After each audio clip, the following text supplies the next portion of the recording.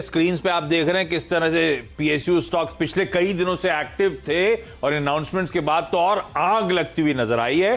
तो इस पावरी में हम सबको पार्टिसिपेट करने के मौके ढूंढने हैं। तो बेहतरीन स्टॉक्स, कई सारी अंडरवैल्यूड पीएसयू, सही स्टॉक्स आइडेंटिफाई कर लिए तो बढ़िया कमाई हो सकती है। इस प्राइवेटाइजेशन की जो दौर की शुरुआत होने की बात करी जा रही है। तो अच्छा आशीष सर, ये एसेट मोनेटाइजेशन की हम लोग बात कर रहे हैं। 100 टारगेट सरकार ने चुने हैं जिससे 2.5 लाख करोड़ रुपए इवेंचुअली सरकार जुटाती हुई नजर आएगी।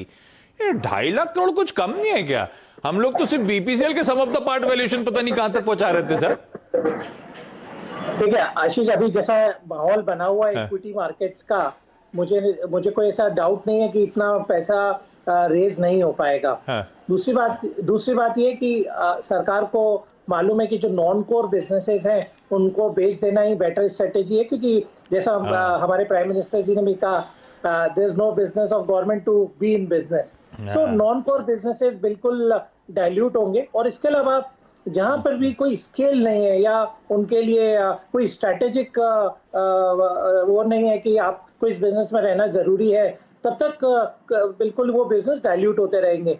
तो मेरा मानना है कि यदि आप जैसे भारत अर्थ मूवर्स की बात करें या बीपीसीएल की बात करें, यदि ये प्राइवेट सेक्टर के पास में कुछ साल पहले चले गए होते तो आज इनका स्केल ही बिल्कुल बदल गया होता। जो हमने दूसरी कंपनियां जहां पर भी डिसइन्वेस्टमेंट हुआ और प्राइवेट सेक्टर ने पार्टिसिपेशन किया, वहां हमने आउटपुट देखा। तो मेरा बिल्कुल सोच ऐसा ही है कि ये सही समय है जब जो डिसइन्वेस्टमेंट के थ्रू ज्यादा से ज्यादा सरकार पैसा रेज करे। क्या ख्याल है सरकार का? सबकी तरफ से एक थम्स अप आता हुआ, बिल्कुल कोई बिजनेस नहीं है सरकार का इन बिजनेसेस को ओन करना, इन बिजनेसेस को चलाना और इन बिजनेसेस पे लगातार पैसे झोंकने का, हमारे टैक्स पेयर्स मनी।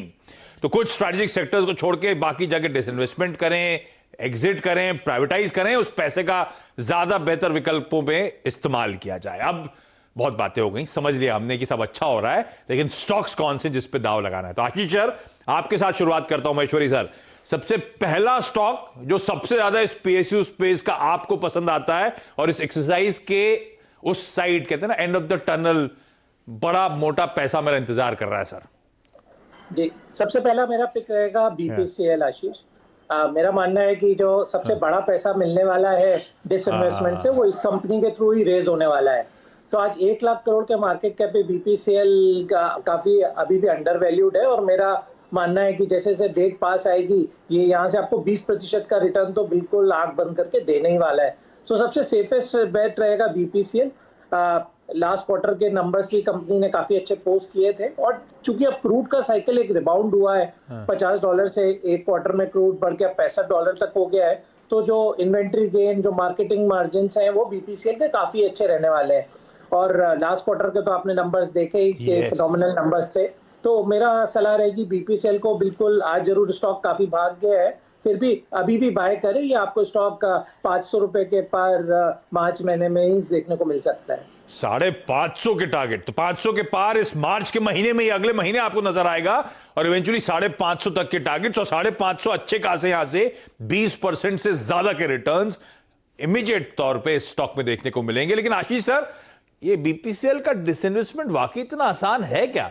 क्योंकि सरकार को अपनी स्टेटेड पॉलिसी बड़ी क्लियर करनी पड़ेगी, है ना, कि प्राइसिंग में इंटरवेंशन नहीं होगा, नहीं तो फिर तो गड़बड़ा जाएगा मामला, जो भी खरीदेगा इस कंपनी को। बिल्कुल, मेरा मानना है कि जैसे जैसे ये चीजें इवॉल्व होंगी, डिसइन्वेस्टमेंट पास आएगा, तो जब ये सवाल जो भी स्ट्रेटेजिक इन्वेस्टर आएगा सरकार से पूछेंगे कि क्या प्राइसिंग पॉलिसी रहेगा, तो बिल्कुल इन सब चीजों का क्लैरिफिकेशन आएगा। बट ये बिल्कुल एक मार्की एसेट है आशीष, ये समझना चाहिए, जिसके लिए बिल्कुल काफी बड़ी बिड्स आने वाली है, और मुझे नहीं लगता कि यहाँ पे प्राइसिंग को लेकर कोई हिचक होगी किसी के लिए। बिल्कुल सही। और स्टेटेड पॉलिसी में अगर वाकई कोई क्लैरिफिकेशन आता है तो इसके पीयर सेट्स को भी आप लोग रडार पर रखिएगा। लेकिन बीपीसीएल इस समय स्ट्रेटेजिक डिसइन्वेस्टमेंट का सबसे बड़ा कैंडिडेट आपकी स्क्रीन पर, इस स्टॉक को रडार पर रखना है। अच्छे मीनिंगफुल रिटर्न्स इमीडिएट तौर पे मार्च के महीने से ही आपको यहां पे देखने को मिल सकते हैं। हिमांग सर, आपका सबसे प्रेफर्ड सरकारी कंपनी का बेट कौन सा है सर? आशीष जी, मेरा प्रेफर्ड कंपनी पीएसयू में सेल रहेगा और स्टील अथॉरिटी के नाम से सब लोग इससे जानते हैं। और जिस तरह का हम रिवाइवल मेटल सेक्टर के अंदर देख रहे हैं और प्राइसिंग एनवायरनमेंट है, आपको एक एग्जांपल देता हूं। अभी 30,000 करोड़ की मार्केट कैप है कंपनी की और क्वार्टर के अंदर ही लगभग 5,000 करोड़ की प्रॉफिट इसने दिखाई है। तो ये नॉर्मली क्या होता है कि मेटल और जो कमोडिटीज है उसमें वॉलेटिलिटी होने के कारण लोग इसको पसंद नहीं करते हैं, पर इस तरह का अगर 2 और क्वार्टर में नंबर्स आने लगेंगे तो काफी अट्रैक्टिव प्रपोजिशन ये हो सकता है। और हमारा ये मानना है कि इंटीग्रेटेड कंपनी है, इवेंचुअली अगर इसको डाइवेस्टमेंट अगर इसका होता है तो बहुत जबरदस्त वैल्यू क्रिएशन अपॉर्चुनिटी हो सकती है एग्जिस्टिंग मेटल कंपनीज के लिए। तो ये कंपनी हमें काफी पसंद है, उसमें डेट रिडक्शन भी हुआ है। और हमारा जो टारगेट है, क्योंकि हमने पिछले क्वार्टर के टाइम पे इसका सेट किया था, तो वो 81 है, जो बहुत ज्यादा अपसाइड नहीं दे रहा है। पर ये अगर साइकिल थोड़ी अच्छी चलेगी तो इसमें बहुत बड़ा अपसाइड का पोटेंशियल बना रहेगा। Steel authority of India limited साल के लो से वाकई बड़े तगड़े रिटर्न्स और अभी भी यहां पे पार्टी बाकी है। सेल 80 रुपए के पार जाता हुआ नजर आएगा, यानी कि अच्छे खासे रिटर्न्स इन लेवल से भी ये सरकारी कंपनी देने का दमखम रखती है। और वाकई मेटल्स बहुत स्ट्रांग अप साइकिल में वैसे ही नजर आएंगे। कमोडिटीज मल्टी ईयर हाईस छू रही हैं बेस मेटल्स, और उसका फायदा भी इन तमाम कंपनीज को मिल रहा है। तो सरकारी प्लस सेक्टर टेलविंड के चलते सेल 80 प्लस के लेवल्स के लिए यहां पे अप्रोच करिए। सुदीप सर, आपका सबसे प्रिफर्ड सरकारी कंपनीज में बेट सर? देखिए, मैं कुछ दिनों से ही इस स्टॉक पे बहुत ही भरोसा रख रहा हूँ और ये बेहतरीन कंपनी पीएसयू सेक्टर में बाकी क्षेत्र में बाकी कंपनीज में जो खामियां हैं इसमें वो नहीं है। भारत इलेक्ट्रॉनिक्स दिग्गज कंपनी है डिफेंस इलेक्ट्रॉनिक्स में, और जैसे जानते हैं कि सरकार का स्टेटेड पॉलिसी है डिफेंस मेक इन इंडिया, और इलेक्ट्रॉनिक्स एरिया जो डिफेंस है उस पर बहुत बड़ा सरकार का फोकस है। प्राइसिंग जो स्ट्रैटेजी है इसका वो भी चेंज हुआ है, कॉस्ट प्लस कर दिया गया है सरकारी कॉन्ट्रैक्ट्स के लिए, और उसमें सारे फैक्टर्स कंसीडर किए गए हैं। तो company will not be at a disadvantage. बहुत ही स्ट्रॉन्ग बैलेंस शीट है और आने वाले दिन में इस लेवल से सिग्निफिकेंटली अपवर्ड मूवमेंट की संभावना हम देख रहे हैं।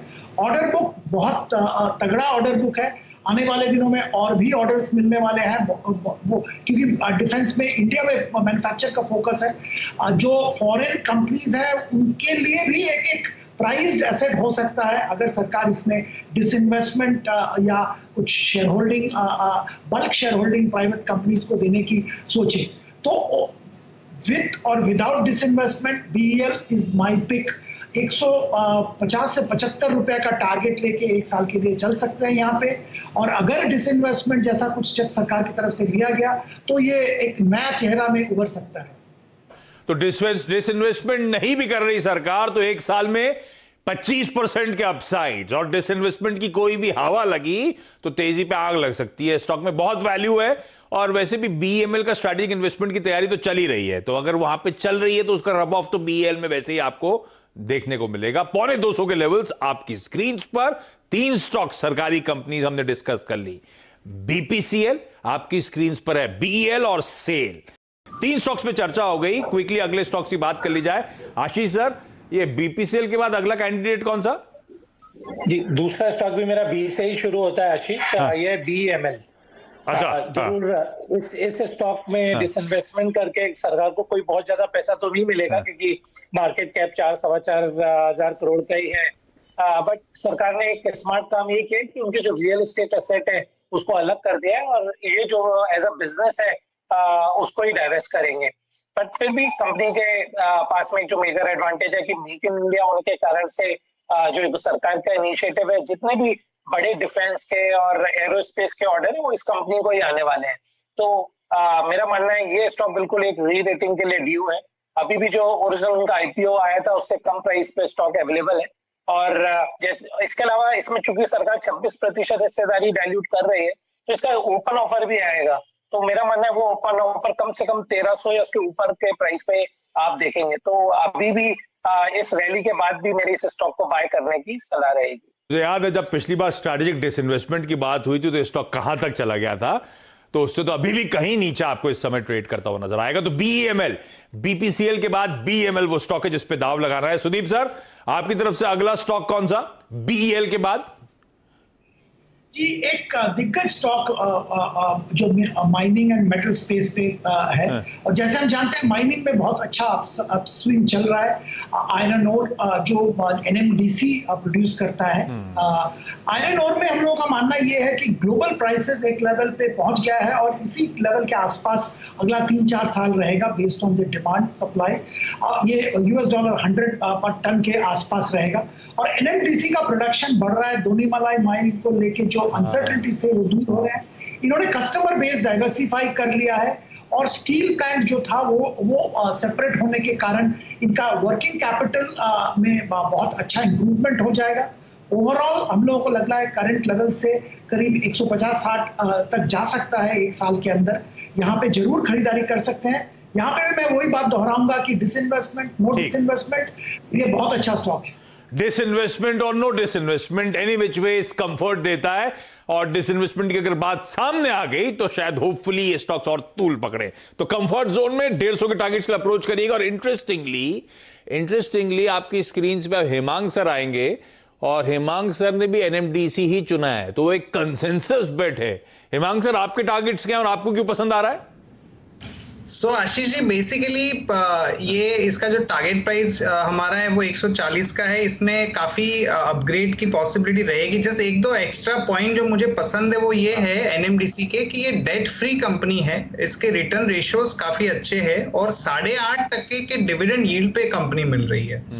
तो ये सारे जो पॉजिटिव्स है वो रेयरली आपको कोई कंपनी में मिलेंगे जहां पे आपको ग्रोथ भी दिख रहा है, डिविडेंड यील्ड भी है, डेट भी नहीं है और डाइवेस्टमेंट रिलेटेड ट्रिगर्स तो रहेंगे ही रहेंगे। तो ये काफी अच्छा कंपनी रहेगा from a PSU basket point of view. Okay, तो NMDC 140, 150 के टारगेट्स, 2 एक्सपर्ट्स को पसंद आता है ये सरकारी स्टॉक, ये सरकारी कंपनी।